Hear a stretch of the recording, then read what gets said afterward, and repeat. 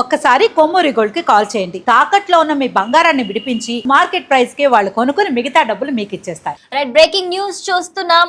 Mangli micro finance కేసులో ట్విస్ట్ల మీద ట్విస్టులు నెలకొంటున్నాయి. So ఇప్పుడు రమావత్ మధుకి సంబంధించి ఒక రిమాండ్ రిపోర్ట్ లో సంచలన విషయాలు అయితే వెలుగు చూసాయని మనం చెప్పొచ్చు. సో ఈ కేసును ఫస్ట్ నుంచి చూసుకుంటే గనక అసలు మంగ్లీ నాకు ఈ కేసుకి ఎలాంటి సంబంధం లేదు అని చెప్తోంది.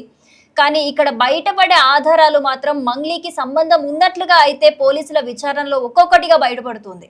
ఏదైతే రమావత్ మధుకి సంబంధించిన ట్రాన్సాక్షన్ హిస్టరీ కావచ్చు, లేకపోతే మంగ్లీ తమ్ముడు శివకి సంబంధించి రమావత్ మధు శివకి పంపిన ట్రాన్సాక్షన్ హిస్టరీ కావచ్చు, ఇవన్నీ ఒక్కొక్కటిగా కూడా రమావత్ మధు ఏదైతే ట్రాన్సాక్షన్స్ చేశాడో ఇదంతా క్రిస్టల్ క్లియర్ గా మంగ్లీకి దీంతో సంబంధం ఉంది, అన్ని విషయాలు తెలుసు అనే విషయాలు అయితే ఒక్కొక్కటిగా బయటపడుతున్నాయి. కానీ ఒక పక్క అయితే మంగ్లీ నాకు ఈ కేసుతో ఎలాంటి సంబంధం లేదు, నేను నిజంగా దేవుడి మీద ఒట్టేసి మరీ చెప్తున్నాను అన్న కోణంలో కూడా అంటే అంత నిజాయితీగా నేను ఉన్నాను అని కూడా ఒక వాదన మంగ్లీ వినిపిస్తోంది.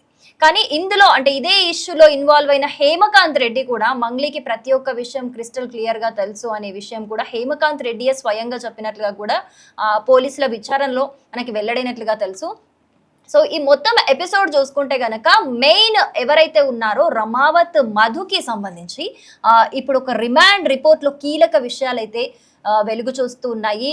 ఇప్పుడున్న ప్రజెంట్ అప్డేట్ ఏంటి అని అంటే పోలీసులు ప్రభుత్వానికి లేఖ రాయటం జరిగింది. రమావత్ మధుకి సంబంధించిన ఆస్తులు ఏవైతే ఉన్నాయో అవన్నీ సీజ్ చేయవలసిందిగా పోలీసులు అయితే లేఖ రాశారు. సో దీని పరంగా అయితే బాధితులు ఎవరైతే ఉన్నారో బాధితులు మనం చూస్తున్నాం ఇప్పటి వరకు 10 మంది వరకు సూసైడ్ చేసుకోవడం జరిగింది. 10 మంది వరకు కూడా ప్రాణాలు కోల్పోయారు ఈ అతిపెద్ద 200 కోట్ల భారీ స్కామ్ లో. సో రమావత్ మధు ఆస్తులు ఏవైతే ఉన్నాయో అవి సీజ్ చేసి ఎంతో కొంతమంది బాధితులకు న్యాయం చేయవలసిందిగా అయితే న్యాయం జరిగేలా చూస్తామన్నట్లుగా అయితే ఈ లేఖ రాసినట్లుగా కూడా తెలుస్తోంది. సో దీని మీద నెక్స్ట్ మరి ప్రభుత్వం నుంచి ఎలాంటి ఆర్డర్స్ వస్తాయని అయితే తెలియాల్సి ఉంది. సో ఈ రిమాండ్ రిపోర్ట్ లో రమావత్ మధు ఇచ్చిన స్టేట్మెంట్ ఏంటి అని అంటే తనకి 10 కోట్లకి సంబంధించిన ఒక భూమి ఏదైతే మనకి ఇక్కడ దేవులపల్లి అలాగే జహీరాబాద్ లో 10 కోట్ల విలువైన భూమి అనేది రమావత్ మధు పేరు మీద కాకుండా 3 బినామీల పేరు మీద ఈ భూములు అనేది రిజిస్ట్రేషన్ చేసినట్లుగా రమావత్ మధు ఒక స్టేట్మెంట్ ఇచ్చినట్లుగా మనకి రిమాండ్ రిపోర్ట్ లో తెలుస్తోంది.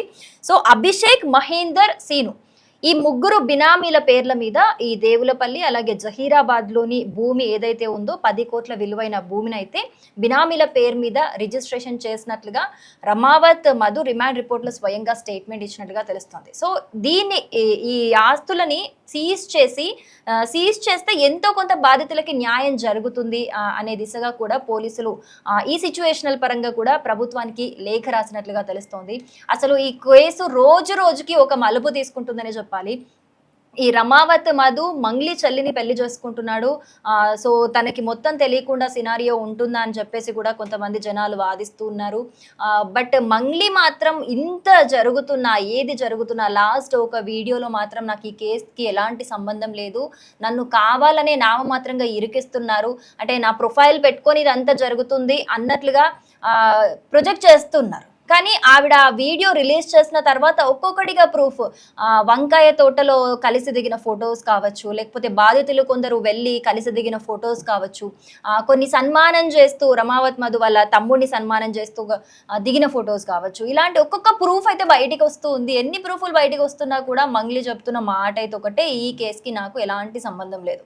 బట్ తను అలా చెప్తున్నా కూడా ఈ కేసు ఎంత సీరియస్ ఇష్యూ అవుతుంది రోజు రోజుకి అని అంటే ఇప్పటి వరకు నిన్నటి నుంచి ఈ రోజుకి నిన్నటి వరకు 9 మంది వరకే ప్రాణాలు కోల్పోయారు. సీరియస్గా ఇది చాలా బాధాకరమైన విషయము. ఎందుకంటే చాలా మంది కూడా ఇందులో వీళ్ళు ఇచ్చిన ఏ మిడిల్ క్లాస్ వాళ్ళైనా సరే వీళ్ళు ఇచ్చిన ఈ ఆఫర్కి అయితే నిజంగా టెంప్ట్ అవుతారు.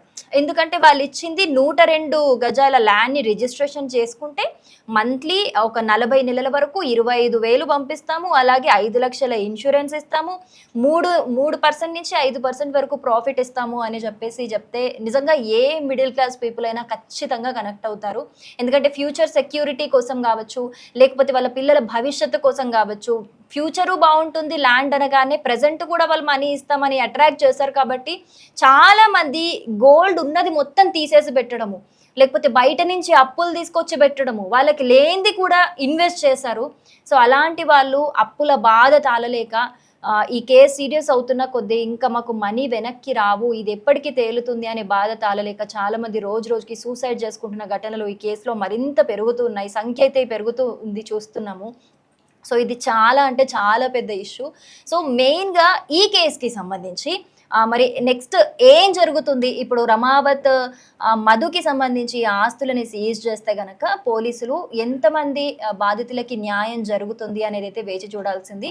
సో ఈ కేసుకి సంబంధించిన అప్డేట్స్ అయితే రోజు వస్తున్నాయి. విచారణ కొనసాగిస్తూ ఉన్నారు పోలీసులు. విచారణ కొనసాగిస్తున్న కొద్దీ కూడా రోజుకొక విషయం అయితే, రోజుకొక అప్డేట్ అయితే ఏదో ఒకటి అయితే బయటపడుతూ ఉంది. కానీ ఈ కేసు ఇంత జరుగుతున్నా కూడా ట్రాన్సాక్షన్స్ జరుగుతూ ఉన్నాయి. అలాగే బాధితులు కూడా నిజంగా ప్రాణాలు కోల్పోవటం అనేది నిజంగా బాధాకరమైన విషయం. ఇప్పటికైనా సరే బాధితులు మోసపోకుండా, ఈ కేసుకి సంబంధించి కంప్లీట్ డీటెయిల్స్ తెలుసుకొని మోసపోకుండా, వాళ్ళ ప్రాణాల మీదకి తెచ్చుకోకుండా ఏది జెన్యూన్గా సేల్ చేస్తున్నారు, ఎవరు ఫేక్ ఎవరు రైట్ అనేది క్రిస్టల్ క్లియర్గా తెలుసుకొని మనం ఇన్వెస్ట్ చేసే ముందు అన్ని రైటరంగా అన్ని తెలుసుకొని ఒక ముందడుగేయడం అనేది మంచిది. ఎందుకంటే ఈ కేసు ఓవరాల్గా మనకి ఏం చెప్తుంది అని అంటే, ఏదో పబ్లిక్ ఫిగర్ అని చెప్పేసి ఎవరు ఫెమిలియర్, మనకి తెలిసిన మన మంగ్లీయే కదా, మనకి తెలుసు కదా, మంగ్లీ మాకు బాగా తెలుసు, మేము ఫ్యాన్స్, ఇలాంటి ఒక పర్స్పెక్టివ్లో కాకుండా మనం ఒకటి ఇన్వెస్ట్ చేస్తున్నాము, దట్టు మన దగ్గర ఉన్నదంతా దారపోసి మరి ఇన్వెస్ట్ చేస్తున్నాము అని అన్నప్పుడు ఖచ్చితంగా వెనక ముందు చూసుకొని ఒక 10 సార్లు టెస్ట్ చేసుకున్న తర్వాత ఇన్వెస్ట్ చేయడం అనేది చాలా ఇంపార్టెంట్. సో ఏది ఏమైనప్పటికీ కూడా ప్రస్తుతం ఈ కేసులో ఉన్న అప్డేట్ అయితే రమావత్ మధుకి సంబంధించి ఆస్తులు అయితే సీజ్ చేయాలని చెప్పేసి పోలీసులు మనకి ఎకనామిక్ అఫెన్స్ వింగ్ అయితే లేఖ రాయడం జరిగింది ప్రభుత్వానికి. సో ఫైనల్గా మరి ఈ సీజ్ చేస్తారా, మరి సీజ్ చేసిన తర్వాత ఎంతమంది బాధితులకు న్యాయం జరుగుతుంది అసలు? సో ఈ కేసులో ఈ బిగ్ అప్డేట్ చూసాం ఇప్పుడు. సో మరో పక్క మంగ్లీ ఇప్పటి వరకు, నేను కూడా ఒక వీడియో రిలీజ్ చేసింది, మనందరికీ తెలుసు. నేను కూడా బాధితురాలనే. 130 మంది జనం బాధితులైతే వాళ్ళ డబ్బులు కోల్పోతే నేను ఇన్ని రోజుల నుంచి కష్టపడి సంపాదించుకున్న పేరును కోల్పోయాను, నేను కూడా బాధితురాలనే అని చెప్పేసి అందులో ఏడ్చుకుంటూ ఎలా మాట్లాడిందో మంగ్లీ మనం అందరము చూసాము.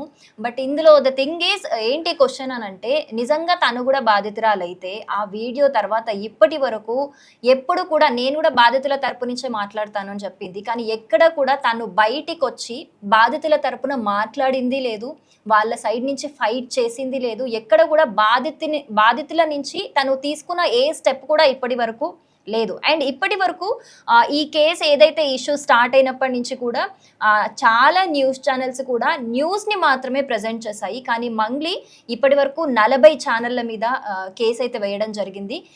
బట్ తనని ఎన్ని ఛానల్స్ డీగ్రేడ్ చేశాయి ఏంటి అనేది అయితే అందులో తను ఎలా ఫీల్ అయింది ఆ విషయం అనేది మనకు తెలీదు. ఎందుకంటే ఎవరైనా సరే న్యూస్ ప్రజెంట్ చేస్తున్నప్పుడు ఉన్నది ఉన్నట్టుగా చెప్తారు, ఎవరు శత్రువులు కాదు, ఎవరు మిత్రులు కాదు. ద థింగ్ ఈజ్ ఏంటి అని అంటే, జనాలకి ఏం జరుగుతుంది అనేది తెలియాలి అనేది మెయిన్ మోటో. సో అన్ని న్యూస్ ఛానల్స్ కూడా అవే చేశాయి. కానీ మంగ్లీ మాత్రం 40 ఛానల్స్ మీద కేసు వేయడం జరిగింది. సో ఇది ఎంతవరకు కరెక్ట్ అనేది మీరైతే మీ ఒపీనియన్ అనేది కమెంట్ చేయండి. అలాగే నిజంగా బాధితుల సైడ్ నుంచి మంగ్లీ ఉంది అని అంటే, ఇప్పటి వరకు ఆ వీడియో రిలీజ్ చేసిన తర్వాత ఒక 2 times పిఎస్కి వచ్చిందేమో, కానీ దాని తర్వాత ఎప్పుడు కూడా బయటికి వచ్చి నిజంగా నేను కూడా బాధితుల పక్క నిలబడతాను, వాళ్ళకు అన్యాయం జరగనివ్వను అని చెప్పేసి ఇప్పటి వరకు మంగ్లీ తీసుకున్న ఒక్క స్టెప్ కూడా లేదు. రోజు రోజుకి మంగ్లీకి ఈ కేసుకి ఖచ్చితంగా సంబంధం ఉంది, తను కూడా ఇందులో ఇన్వాల్వ్ అయి ఉంది అని చెప్పేసి రోజు రోజుకి ఒక్కొక్క ప్రూఫ్ బయటపడుతూ ఉంది. ప్రూఫ్లు బయటపడ్డ తర్వాత కూడా తను బయటికి రాకపోతే మౌనం అర్ధాంగీకారం అని అంటాం మనము.